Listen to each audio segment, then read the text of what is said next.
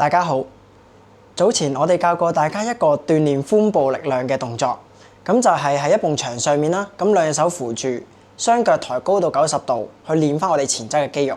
咁今日咧，我哋就帶多條橡筋帶，係做一個進階嘅版本。咁我哋一齊嚟睇一睇。開始嘅時候，我哋可以將條橡筋帶綁喺我哋嘅雙腳。開始嘅時候，我哋可以將雙手放喺牆上面，然後微微勾起我哋嘅腳尖。做嘅時候，將膝頭抬高至90度，唔需要太快。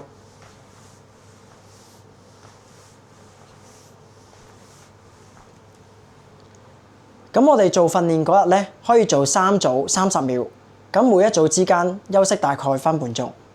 啱先呢個動作可以好有效咁鍛鍊到我哋前側髖部嘅力量。